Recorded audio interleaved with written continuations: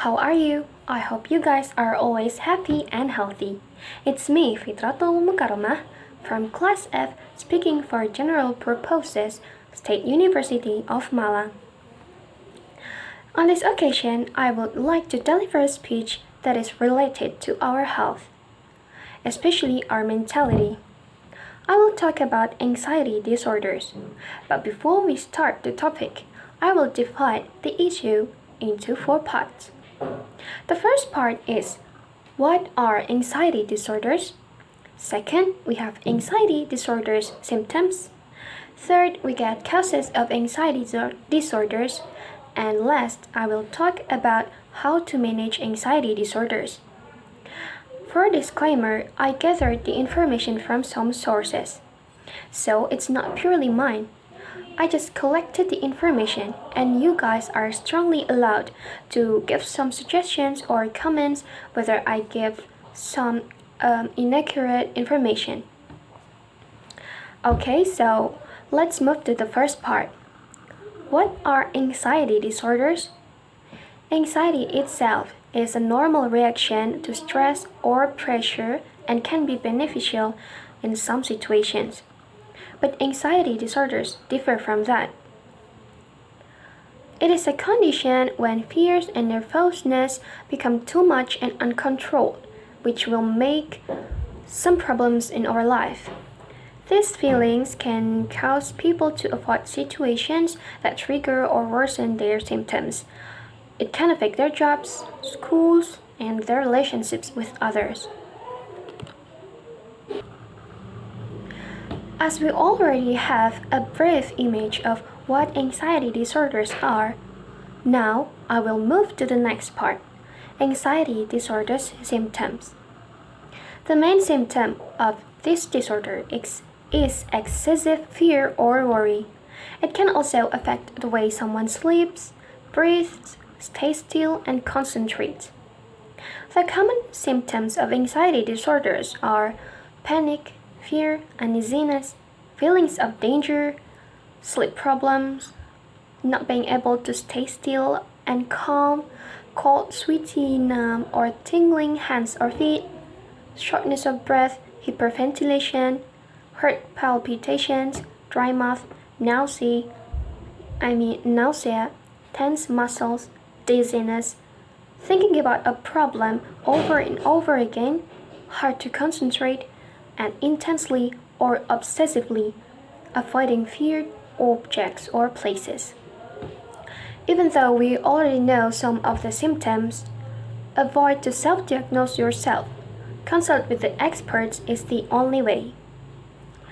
Let's move to the third point, the causes of anxiety disorders. Here are some causes of anxiety disorders. First, genetics. Anxiety disorders can run in families. Second, brain chemistry. Some research suggests anxiety disorders may be linked to faulty circuits in the brain that controls fear and emotion. Third, environmental stress. This refers to stressful events you have seen or lived through. Life events often linked to anxiety disorders include childhood abuse and neglect, the death of the loved one, or being attacked or seeing violence. Fourth is drug withdrawal or misuse. Certain drugs may be used to hide or decrease certain anxiety symptoms. Anxiety disorders often go hand in hand with alcohol and substance use. Last, medical conditions. Some heart, lung, and thyroid conditions can cause symptoms similar to anxiety or make anxiety symptoms worse. It is important to get a full physical exam to rule out other medical conditions when talking to your doctor about anxiety. Now we are moving to the last part, how to manage anxiety disorders. Here I mention some ways to manage it. First, learn about your anxiety. The more you know, the better. If you understand your anxiety, it will be easier for you to decide the best way to deal with it. Second, Do the basic things properly, such as eat a balanced diet, exercise regularly, and get plenty of sleep. These things are important factors to help you cope with your anxiety. Third, try to meditate. It makes our mind and our body relax. Fourth, therapy or consultation with the expert. In this case, it's a psychiatrist. Fifth, medication. Short-term, use anti-anxiety drugs to relieve your anxiety, but remember to consult first. Sixth, keep a journal. Writing down your thoughts before the day is done may help you relax so you're not tossing and turning with anxious thoughts all night.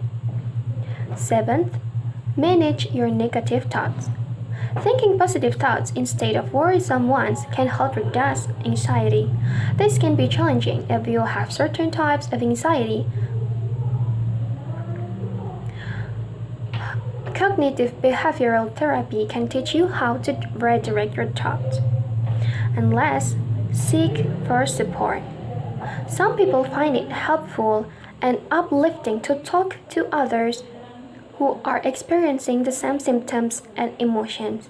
Self-help or support groups let you share your concerns and achievements with others who are or who have been there.